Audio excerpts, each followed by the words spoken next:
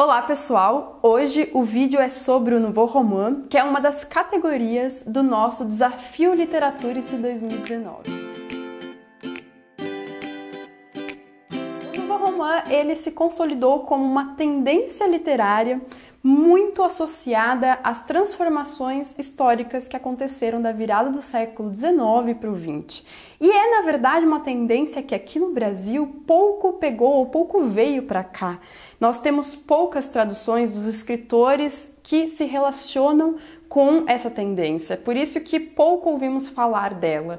Pouco discutimos, conversamos a respeito disso, desse momento literário que foi importante principalmente na França. Então eu tenho certeza que você que está participando do Desafio Literaturice 2019 se sentiu um pouco assim perdido em relação a essa categoria, porque justamente é difícil para nós por desconhecimento mesmo. Eu mesma me senti desafiada. Para mim é a categoria mais difícil do desafio porque eu precisei justamente estudá-la. É claro que estudá-la muito mais a fundo. As outras categorias eu sempre faço uma pesquisa, um estudo para basear o roteiro do vídeo que eu trago aqui para vocês.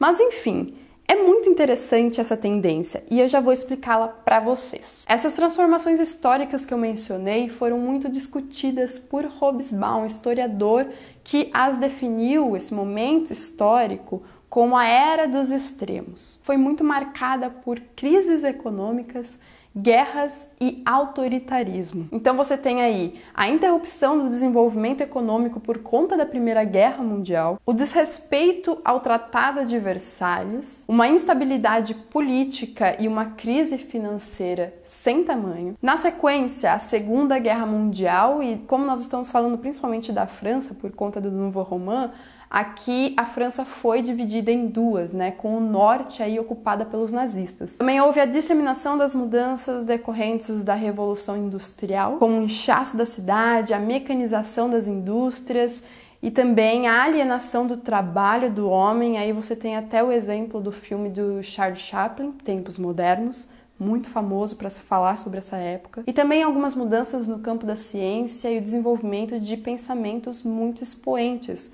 E aqui eu posso citar, en passant, a relatividade de Einstein e também a psicanálise de Freud. Então vejam que foram transformações que desnortearam o homem e trouxeram a ideia de uma impossibilidade de se alcançar a verdade absoluta. Isso tudo influenciou diretamente as artes, os pensamentos e os artistas da época. Você tem a eclosão de diversas vanguardas, como o dadaísmo, o surrealismo e por aí adiante. Na literatura, alguns experimentos bastante interessantes e famosos. Você tem Virginia Woolf, James Joyce, o Faulkner, também Proust, Kafka.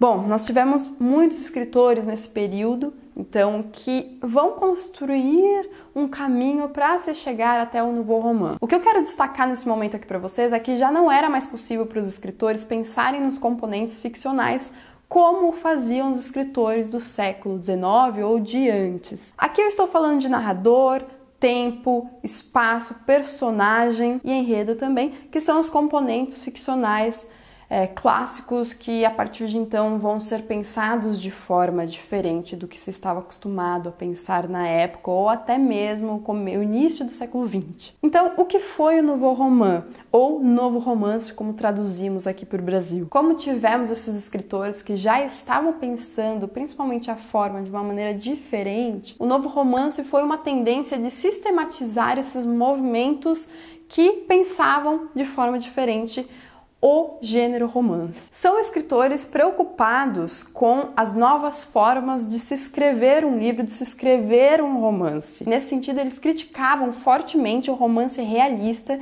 que era o que se produzia até justamente o início do século XX, principalmente o XIX, com o expoente aí, o auge, que foi o Balzac, um escritor francês. Não houve uma passagem brusca do realismo para o Nouveau Roman, mas no meio nós tivemos então escritores como Virginia Woolf, James Joyce, enfim. O que na verdade eu entendi, pesquisando, enfim, estudando isso, é que os escritores que são considerados do Novo Romance, eles explicitamente se preocuparam com esse movimento de pensar uma nova forma de se escrever um romance. E é claro que isso entra a associação deles na época com a produção literária e crítica, principalmente crítica de revistas, jornais e livros, justamente falarem deles como romancistas que buscavam um novo romance. Então vejam que tem toda uma categorização dessas pessoas que são incluídas. É tipo como se hoje algum crítico literário pegassem alguns escritores,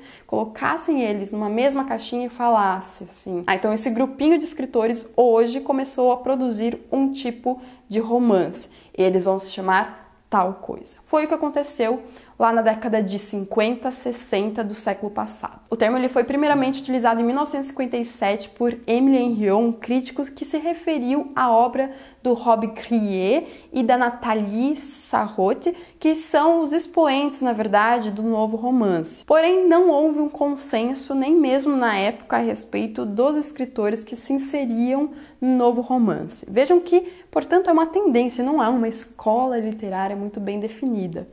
A revista Esprit, em 1958, fez uma lista com os escritores que acabaram sendo considerados mesmo do novo romance. Enfim, é o que eu posso passar para vocês como algo mais certeiro para basear a leitura de vocês para essa categoria, ok? Então, eu vou dizer aqui, e apenas um ou outro desses escritores é que são famosos ou mais conhecidos entre a gente. Então, nós temos a Nathalie Sarraute, como eu mencionei, o Rob Grier também, o Samuel Beckett, que eu acho que é o mais conhecido aqui entre nós brasileiros. Tem o Jean Cayrol, a Marguerite Duras, que, vamos já fazer essa revelação aqui, o livro que eu escolhi para essa categoria é dessa escritora, que é A Amante. Eu já até achei em sebo, é muito difícil de encontrar. Não em sebo, mas para vender mesmo na internet. Em sebo até que razoavelmente fácil de encontrá-lo. E eu sei que tem um outro livro dela à venda na Amazon que é de fácil acesso, assim. Então, se alguém quiser a dica aí para a leitura dessa categoria. Também foi listado aqui o Jean Lagrolet, o Robert Pinget, Claude Simon e Kateb Yassine. Veja que eu não conheço a maioria, e aposto que vocês também não, porque justamente nós não temos essa tradição de tradução para cá no Brasil para o português, então fica realmente muito difícil. Vejam que aqui eu vou abrir só um adendo, né? A história da literatura num país, principalmente quando você fala de uma literatura estrangeira, ela perpassa muitas vezes a tradução. Nós somos leitores de tradução? Já fiz um vídeo sobre isso, apenas sobre essa questão, esse conflito de leitora. Se você quiser ver, está aqui no cardzinho. Modéstia à parte, eu adorei fazer esse vídeo, ficou bem legal. É uma discussão bastante enriquecedora para nós enquanto leitores. Um livro muito basilar nesse assunto é o Por um Novo Romance, justamente do Rob Grier. Gente, muito difícil falar esse nome, desculpem. E eu trouxe justamente isso daqui como menção para vocês entenderem mais ou menos do que eu estou falando durante todo esse vídeo. Aqui nesse livro ele vai justamente falar sobre essa tendência. Vejam que é um livro de 63, tá? Bem ali quando estava tudo em efervescência. Ele diz que, se em muitas páginas emprego conscientemente o termo novo romance, não o faço com o intuito de designar uma escola, nem mesmo um grupo definido e constituído por escritores que trabalhariam no mesmo sentido. Trata-se apenas de um rótulo cômodo que engloba todos aqueles que procuram novas formas de romance, capazes de exprimir ou de criar novas relações entre o homem e o mundo, todos aqueles que se decidiram a inventar o romance, isto é, inventar o homem. Estes sabem que a repetição sistemática de formas do passado é não apenas absurda e vã, como pode mesmo tornar-se prejudicial, ou seja, criticando o realismo, certo? Fechando-nos os olhos sobre a nossa situação real no mundo atual, essa atitude nos impede, afinal de contas, de construir o mundo e o homem de amanhã. É ele falando que assim, a gente precisa olhar para as transformações históricas que estão acontecendo hoje, ou que acabaram de acontecer, certo? É essa preocupação que esses escritores associados ao novo romance tinham na época. E aqui ele também vai falar sobre esses componentes ficcionais que eu mencionei agora há pouco para vocês. Só como título, assim, para ilustrar mesmo, vou ler aqui o que ele fala a respeito, por exemplo, do personagem. Para o realismo, o personagem ele tinha que ser único, peculiaríssimo. Um indivíduo muito bem definido, com o seu nome. E aí vieram os escritores como Faulkner, que simplesmente colocaram, sei lá, 2 personagens com o mesmo nome ou que não colocavam nomes em seus personagens. São obras aí nesse período cujos protagonistas, cujos narradores, a gente, depois da leitura, depois de um tempo de lidos, a gente meio que esquece do nome deles. Isso não importa. Isso, o indivíduo não importa aqui mais. E aí o Grillet vai dizer aqui que seria possível multiplicar os exemplos. Então, de fato, os criadores de personagens no sentido tradicional da palavra, ou que se produzia no realismo, só conseguem nos propor fantoches em que eles mesmos já deixaram de acreditar. O romance de personagens pertence inteiramente ao passado, caracteriza uma época que marcou o apogeu do indivíduo. Olha só que interessante o que ele vai falar. Ter um nome era, sem dúvida, muito importante no tempo da burguesia de Balzac. Um caráter era importante, tanto mais importante quanto era, sobretudo, a arma de um corpo a corpo, a esperança de um sucesso, o exercício de um domínio. Representava alguma coisa ter um rosto no universo onde a personalidade representava, ao mesmo tempo, o meio e o fim de toda procura. Esse momento que eu vou ler agora para vocês é quando a gente nota realmente essa preocupação com o momento histórico deles ali do novo romance. Então, hoje, nosso mundo está menos seguro de si, mais modesto talvez, uma vez que renunciou à pessoa todo-poderosa, mas também mais ambicioso, uma vez que olha para além. O culto exclusivo ao humano cedeu lugar a uma tomada de consciência mais ampla, menos antropocentrista. O romance parece vacilar, tendo perdido seu melhor sustentáculo de outrora, o herói.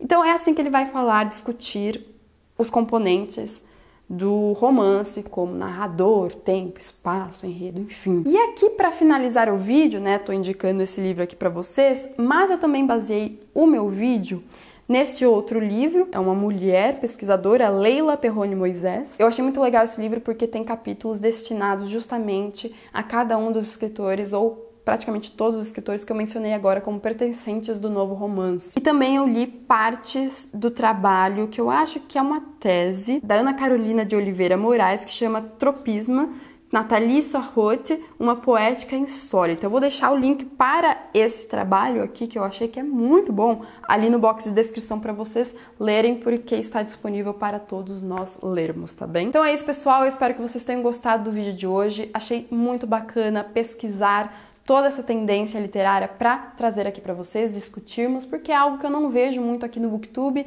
e que é interessante apenas, né, sabermos como aconteceu alguns pensamentos, mecanismos literários do século passado na França e que não vieram para cá justamente porque outras tendências são tão famosas aqui entre nós e outras, tantas como essa, não o são. Fica aqui a dúvida, o questionamento pra gente discutir. Então é isso, a gente se vê no vídeo de amanhã. Um grande beijo e até lá. Tchau, tchau!